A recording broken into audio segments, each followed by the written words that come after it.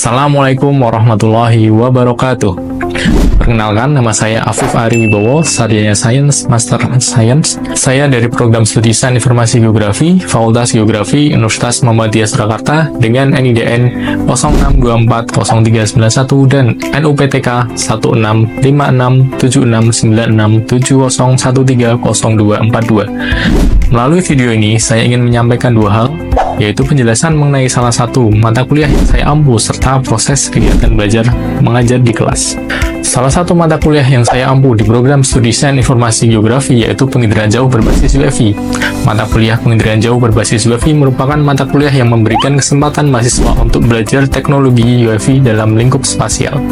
Mata kuliah penginderaan jauh berbasis UFI memiliki keunikan, yaitu mahasiswa akan belajar mulai dari akuisisi data foto udara, olah data foto udara, sampai pada analisis hasil data foto udara. Untuk mendukung tercapainya tujuan pembelajaran di program studi, mata kuliah ini memiliki 5 capaian pembelajaran mata kuliah atau CPMK, yaitu yang pertama, memahami sejarah dan perkembangan penginderaan jauh berbasis UFI. Yang kedua, menguasai konsep dasar pemetaan dan fotogrametri menggunakan UFI. Yang ketiga, menguasai konsep dan peranan teknologi GNSS atau GPS geodetik dalam pemetaan berbasis UFI. Yang keempat, memahami jenis-jenis data foto udara dan menguasai pengolahan data foto udara. Serta yang kelima, menganalisis data foto udara untuk menyelesaikan masalah di bidang spasial.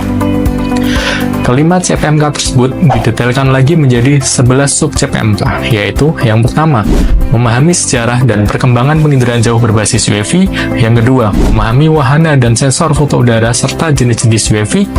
Yang ketiga, memahami prosedur keselamatan pengoperasian UFI. Yang keempat, menguasai konsep dasar fotogrametri dengan UFI. Yang kelima, menguasai aplikasi pengoperasian UFI. Yang keenam, menguasai pembuatan jalur terbang untuk misi pemetaan. Yang ketujuh, menguasai perhitungan skala dan resolusi spasial foto udara. Yang kedelapan, menguasai konsep dan peranan teknologi GNSS atau GPS geodetik untuk meningkatkan akurasi data foto udara. Yang kesembilan, menjelaskan macam dan jenis data foto udara beserta turunan datanya. Yang sepuluh, menguasai pengolahan data foto udara serta turunan datanya. Dan yang 11, menganalisis data foto udara untuk menyelesaikan masalah di bidang geospasial. Materi perkuliahan terbagi menjadi 16 pertemuan dengan 14 pertemuan kelas, 1 pertemuan untuk UTS, dan 1 pertemuan untuk UAS. Berikut materi dari 16 pertemuan tersebut. Yang pertama, sejarah UFI dan perkembangan UFI. Materi yang kedua, wahana dan sensor UFI serta jenis-jenis UFI. Yang ketiga, DJI Phantom 4 atau Copter, Fixed Wing, dan juga VTOL atau Hybrid. Yang keempat, prosedur keselamatan pengoperasian UFI. Pertemuan 5 terkait area yang diperbolehkan dan dilarang untuk penerbangan UFI. Pertemuan 6 terkait konsep dasar fotogrametri untuk UFI.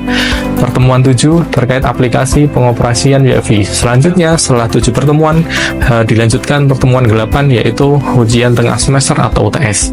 Kemudian setelah itu dilanjutkan untuk pertemuan 9 sampai 16, yaitu terdiri dari untuk pertemuan 9 jalur terbang, overlap, satelit, dan juga frontlap. Pertemuan 10 perhitungan skala dan resolusi. Pertemuan 11 konsep GNSS untuk aplikasi data GCP dan ICP. Pertemuan 12 data hasil, yaitu data ortofoto, multispektral, DEM, dan juga LIDAR. Pertemuan 13 pengolahan ortofoto dan multispektral. Pertemuan 14 pengolahan data DEM dan LIDAR. Pertemuan 15 interpretasi dan analisis data foto udara di bidang geospasial. Kemudian terakhir pada pertemuan 16 akan dilaksanakan ujian akhir semester atau UAS. Pustaka untuk mendukung mata kuliah penginderaan jauh berbasis UFI terdiri dari pustaka utama berupa buku yang ditulis oleh Indeswari Suroso, sarjana teknik, magister teknik, dengan judul Peran Drone dalam Aspek Kehidupan. Saat ini saya juga sedang proses menyusun buku ajar yang masih tahap finalisasi dengan judul Penginderaan Jauh Berbasis UFI dan Aplikasinya dalam Kajian Geografi. Pustaka pendukung berupa makalah-makalah yang sudah saya tulis sendiri, antara lain berjudul yang pertama, pemanfaatan UFI untuk identifikasi penggunaan lahan di sekitar pantai Sadranan Gunung Kidul. Yang kedua, pemanfaatan data DEM dan ortofoto hasil UFI untuk pemodelan tsunami di wilayah Pisaran, Baron, dan Sepanjang. Dan yang ketiga, tsunami hazard mapping based on coastal system analysis using high resolution unmanned aerial vehicle. Imagery Case Study in Kukup Coastal Area Gunung Kidul Regency Indonesia. Mata kuliah penginderaan jauh berbasis WiFi akan dinilai berdasarkan CPMK dan sub-CPMK yang dimiliki, yaitu meliputi CPMK 1 dan 2 akan dinilai dengan UTS dengan bobot 35%, CPMK 3 dan 4 akan dinilai dengan UAS dengan bobot 40%, dan CPMK 5 akan dinilai dengan tugas berupa project base mulai dari akuisisi, pengolahan, dan interpretasi data foto udara di bidang spasial dengan bobot 25%. Sesuai aturan dari UMS tentang nilai yang akan didapatkan mahasiswa, yaitu nilai A, mahasiswa mendapat nilai lebih dari atau sama dengan 80, nilai AB dengan rentang nilai 75 sampai 79, nilai B rentang nilai 70 sampai 74, nilai BC rentang nilai 65 sampai 69, nilai C untuk rentang nilai 55 sampai 64, nilai D untuk rentang nilai 40 sampai 54, dan nilai E jika kurang dari 40. Berikut saya sajikan gambaran kegiatan belajar mengajar di kelas untuk mata kuliah penginderaan jauh berbasis WiFi. Baik. Assalamualaikum warahmatullahi wabarakatuh. Waalaikumsalam warahmatullahi wabarakatuh. Alhamdulillah, puji syukur dari Allah Subhanahu wa taala telah memberikan berkah barokah kesehatan, keselamatan sehingga kita semua dapat berjumpa lagi di kelas mata kuliah penginderaan jauh berbasis WiFi untuk pertemuan 2, yaitu terkait wahana dan sensor WiFi. Tentunya tak lupa sholawat serta salam kita lakukan kepada Nabi kita Nabi besar Nabi Muhammad SAW yang selalu senantiasa kita saksikan sahabat beliau di jauh akhir nanti. Baik, untuk memulai perkuliahan pada pagi hari ini, marilah kita awali dengan doa. Doa dipersilakan.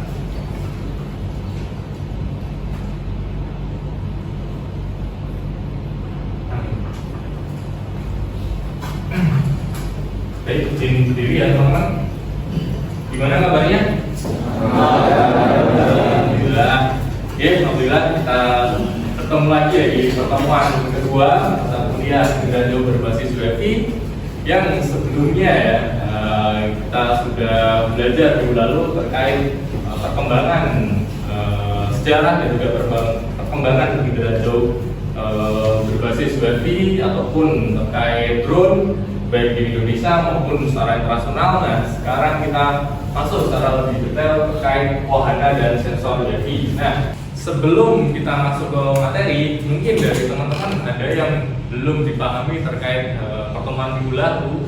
Monggo sebelum kita masuk ya ke jenjang yang berikutnya, yang kemarin masih mengganjal bisa disampaikan dulu. Mungkin ada yang mau bertanya.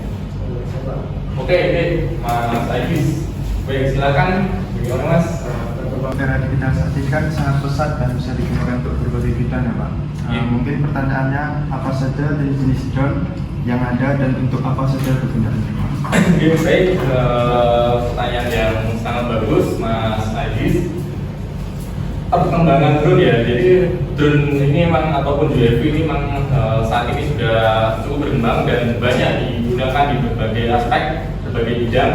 Nah, contohnya kalau kita kan di bidang geografi ya, di geografi, sains operasi geografi tentunya kita berkecimpung di bidang spasial.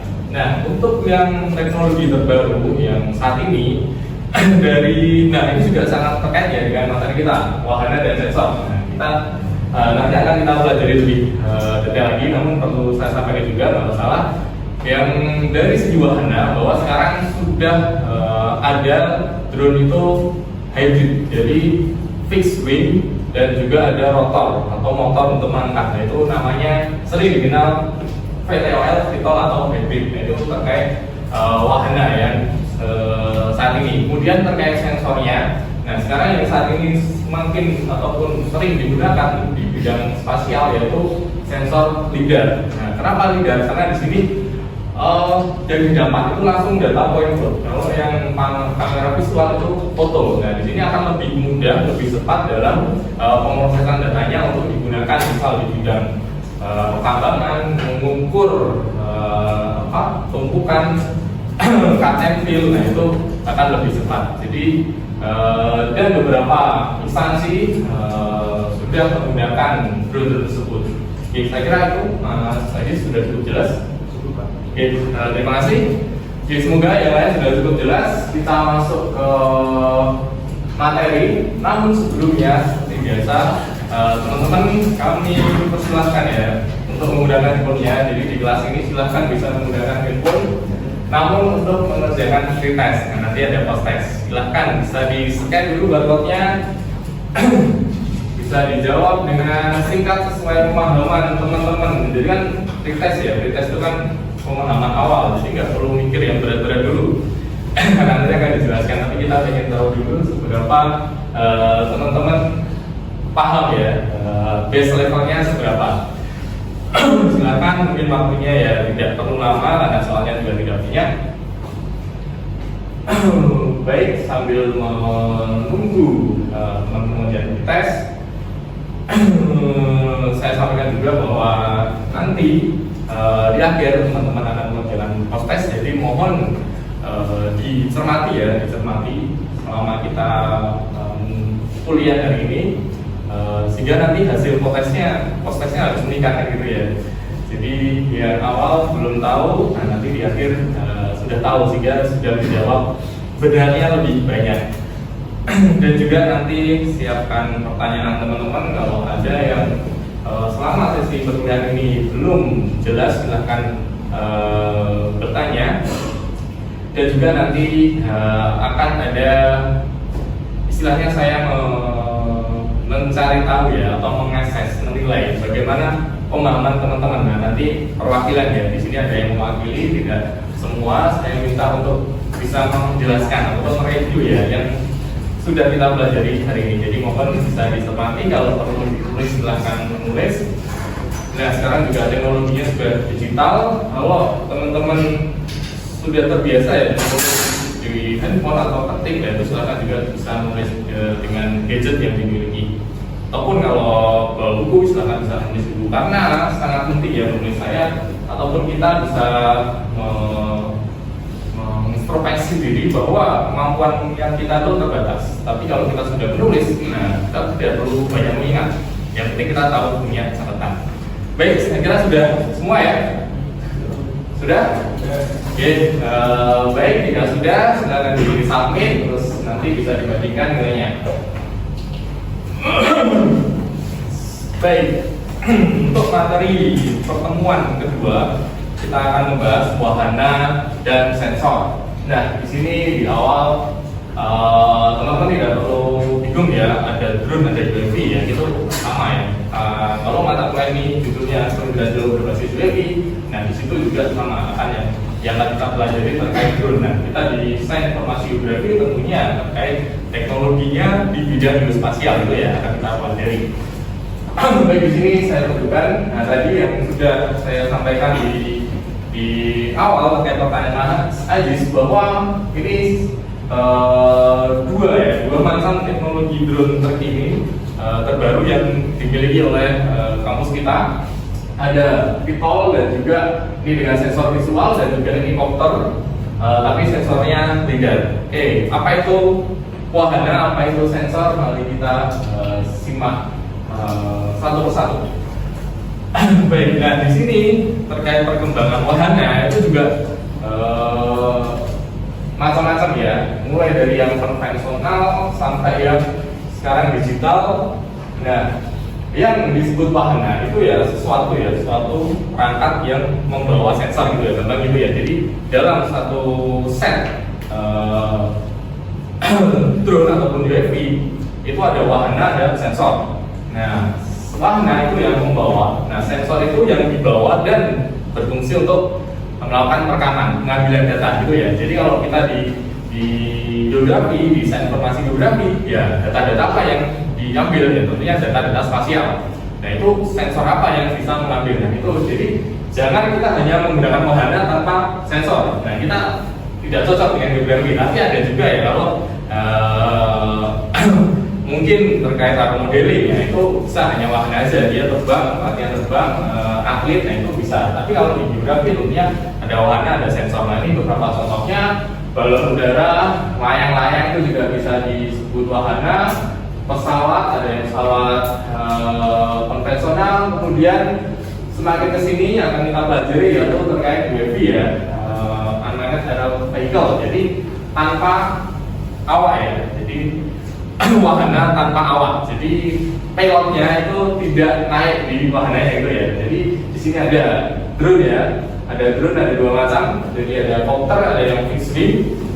Nah itu lingkup dari materi ataupun wahana di perairan jauh berbasis UAV, yaitu ada kopter dan juga fixed wing. Selanjutnya, nah ini contoh-contoh dari sensor. Oke, tadi ya kita sudah pelajari wahana. Wahana yaitu yang bisa terbang tentunya, bisa terbang, bisa membawa sensor atau alat untuk merekam dan dioperasikan jarak jauh itu ya, karena di UAV dioperasikan jarak jauh. Nah, yang mengoperasikan itu sama ya, disebutnya pilot, tapi remote pilot ya, jadi pilot jarak jauh. Jadi teman-teman nanti kalau mau jadi pilot itu bisa, nah cukup bisa menjadi remote pilot. Nah contohnya saya kebetulan sudah tes sertifikasi APDI juga, jadi sertifikasi remote pilot dari PDI. Nah itu bisa ataupun bisa menerbangkan drone ataupun sudah dipercaya ya bisa menerbangkan drone dengan aman. Nah yang penting kata kuncinya itu aman. Oke, baik, kita masuk ke sensor. Nah, di sini ada beberapa contoh sensor utama di bidang geografi. Yang pertama sensor visual. Nah, itu seperti kamera teman-teman. Teman-teman cuma HP semua ya, handphone sudah punya semua, itu sama cara kerjanya. Jadi memotret secara visual hasilnya. Nah, itu nantinya bisa dikumpulkan. Jadi yang dikumpulkan tidak hanya satu ya. Nanti kita akan pelajari di materi selanjutnya, yaitu ada jalur terbang. Jadi ada beberapa foto yang kita potret, yang itu nantinya akan digunakan itu sensor visual. Jadi hanya ada satu kamera, kameranya RGB ya, jadi satu set RGB. Jadi ya sama seperti kita melihat mata kita ya, kita melihat misal di bawah ada mobil, ada rumah, ya itu sama, kita melihat dengan warna yang sama. Nah selanjutnya ada sensor multispektral. Nah ini contohnya yang kita punya ada drone Phantom 4 multispektral RTK atau RTK. Nah di situ ada 6 kamera. Nah kalau yang visual tadi hanya ada satu. Nah di sini ada panjang itu ada 6 kamera. Ada 6 kamera yang setiap pemotretan itu masing-masing mengambil data gitu ya. Jadi dari 6 kamera itu masing-masing mengambil data sehingga sekali potret itu ada 6 gambar yang terekam ataupun didapatkan. Yaitu yang pertama ada visual sama ya seperti kamera pada umumnya. Yang kedua ada sensor dari band red. Kemudian yang ketiga green, yang keempat blue, biru. Kemudian ada near infrared dan juga red edge. Jadi ada 6 sensor. Kemudian tadi yang saya sampaikan juga di awal bahwa teknologi terbaru saat ini yang diadopsi atau dipasangkan di UAV yaitu sensor lidar. Nah ini contohnya sensor lidar gambarnya seperti ini. Nah ini perbedaannya kalau sensor lidar ini dia akan merekam bukan dalam bentuk foto seperti handphone teman-teman, bukan ya, tapi lebih poin ya. Nah kalau kita bicara sensor ada sensor aktif dan sensor pasif. Sensor aktif artinya dia punya tenaga ya, sensor itu atau perangkat itu punya tenaga sendiri untuk mengambil data. Tapi kalau sensor pasif itu mengandalkan cahaya. Nah tadi kalau di gelap ya tidak bisa mengambil gambar atau ya gelap gitu ya, tidak bisa mengambil data. Nah sedangkan kalau yang lidar ini dia punya sensor aktif dan bentuknya titik-titik gitu ya, sehingga langsung datanya berupa titik poin-poin. Nah itu nantinya akan lebih mudah di hasilnya akan untuk pemrosesan ya, terutama untuk data dia akan lebih cepat. Baik, untuk cara kerjanya drone ini dibagi menjadi dua, yaitu vertikal dan horizontal. H-nya horizontal, take off landing ya, TOL horizontal take off landing, dan juga VTOL vertical take off landing. Jadi kalau yang horizontal ya seperti pesawat pada umumnya di bandara naik gini. Kemudian kalau yang vertikal itu seperti helikopter naiknya vertikal. Kemudian ini beberapa contoh kopter ini dibagi ataupun diklasifikasikan berdasarkan jumlah baling-balingnya, mulai dari satu baling-baling single sampai ada 6-8 tergantung dari beban. Nah di sini ya tergantung dari beban yang dibawa. Biasanya kalau bebannya lebih berat, tadi contohnya sensor lidar, dia butuh baling-baling atau mesin yang lebih banyak, bisa 8. Contoh yang kita punya itu ada 8 motor. Kemudian contoh lagi kalau drone sprayer itu kan bawa tabung air ya, itu juga perlu banyak. Ini perbedaannya seperti itu. Kemudian nah ini saya juga bawa teman-teman secara nyata selain gambar. Ini contoh drone Phantom 4 seri Pro ya. Ini cukup handal untuk pemetaan. Walaupun sekarang ini sudah tidak diproduksi lagi, tapi ini sangat-sangat cocok untuk bidang pemetaan, terutama kalau angin ya, dia akan stabil terhadap angin contohnya di pantai. Nah, kemudian bagian-bagiannya ini ya, ada wahana sensor gitu ya, wahana dan sensor. Nah di sini ada 2 macam sensor. Kalau yang kita gunakan yaitu sensor untuk mengambil data berupa kamera ya. Nah ada juga sensor untuk obstacle ya, agar tidak nabrak. Itu kemudian ada baterai, ada propeller, kemudian ini ada remote. Oke, selanjutnya, nah ini contoh dari yang VTOL. Ini contohnya kita bisa terbangkan. Terus oke, lanjut saja. Ini yang fixed wing, horizontal takeoff landing. Ini contoh yang fixed wing hybrid atau VTOL. Ini contoh terbangnya juga.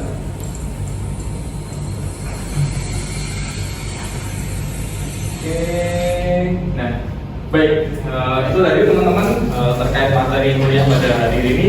Selanjutnya kami mohon teman-teman ya, jadi kita review ya, jadi pemahaman teman-teman seberapa paham. Nah, saya minta untuk teman-teman menjelaskan, bisa maju di sini. Siapa yang berkenan untuk tadi sudah kita jelaskan?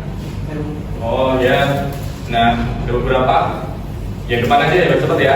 Oke guys, Mas Adit dan Mbak Anti, mau dijelaskan ke teman-teman mana wahana, mana sensor, dan juga bisa dipegang mungkin. Oke, teman-teman, di depan ini saya sudah membawa drone DJI Phantom 4, di mana di bagian sini yang paling besar itu adalah wahana yang digunakan untuk sebagai media untuk membawa si drone-nya, dan juga ada propeller di mana ini membantu untuk drone-nya terbang ke atas. Oke, terus tadi juga sebagaimana dijelaskan oleh Afif, di bagian bawahnya itu ada sensor obstacle di sini, dan ada sensor kamera. Ini ada gimbal, dan sudah. Oke, baik. Benar atau salah? Benar ya, dan semua ya. Oke, kita beri applause untuk. Baik, terima kasih. Selanjutnya,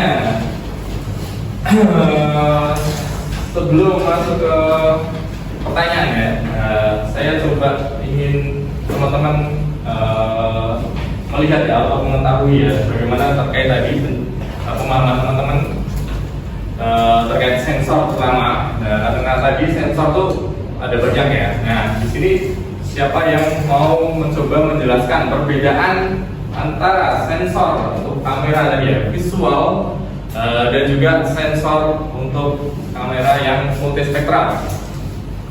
Ayo, yang lain. Banyak juga. Oke, saya pilih ya. Tadi udah depan, ya sekarang yang tengah. Oke, Mas Mustafa, bisa menjelaskan? Dia bisa dibuka catatannya, mungkin tadi sudah mencatat, silakan. Izin menjawab, Pak Fik. Pertama, sensor visual itu hanya memiliki satu kamera, yaitu hanya HD. Sedangkan untuk sensor multispektral itu memiliki 6 kamera, di antaranya ada kamera visual, band red, band green, band blue, band infrared, dan RF. Oke, apakah tepat?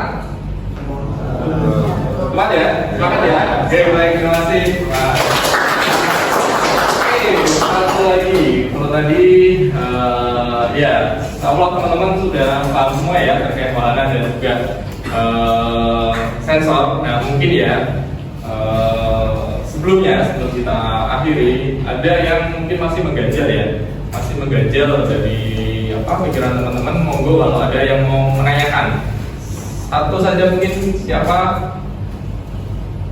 Oke, di depan lagi.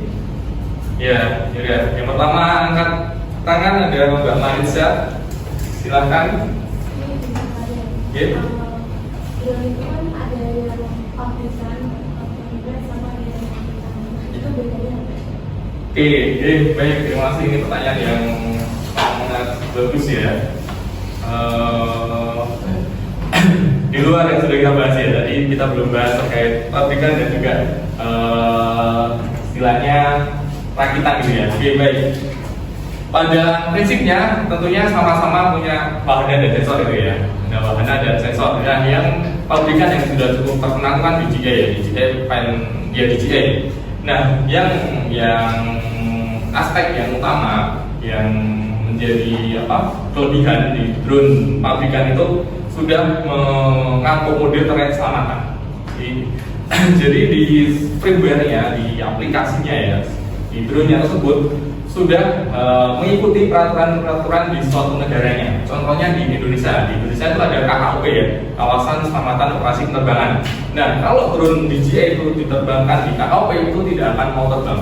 Jadi nyala aja tapi tidak mau terbang. Itu salah satu fitur keselamatannya. Nah, untuk yang drone-drone rakitan, nah itu kebanyakan belum ada mengakomodir hal seperti itu. Jadi memang lebih ke untuk yang pro gitu ya. Jadi pilot pro. Jadi untuk yang rakitan itu memang lebih digunakan untuk yang pro, jadi tahu. Jadi tanpa fitur itu pun dia sudah tahu pilotnya bahwa ini tahu di tempat aman atau tidak. Jadi lebih ke sebenarnya cukup banyak, tapi intinya itu sudah cukup jelas. Oke, saya kira yang lain juga jelas semua ya. Oke, baik. Untuk mengetahui penjelasan tadi ya kan tidak cukup hanya sampaikan jelas. Nah, kita tentunya ada post text. Silahkan bisa dikerjakan lagi. Waktunya sama.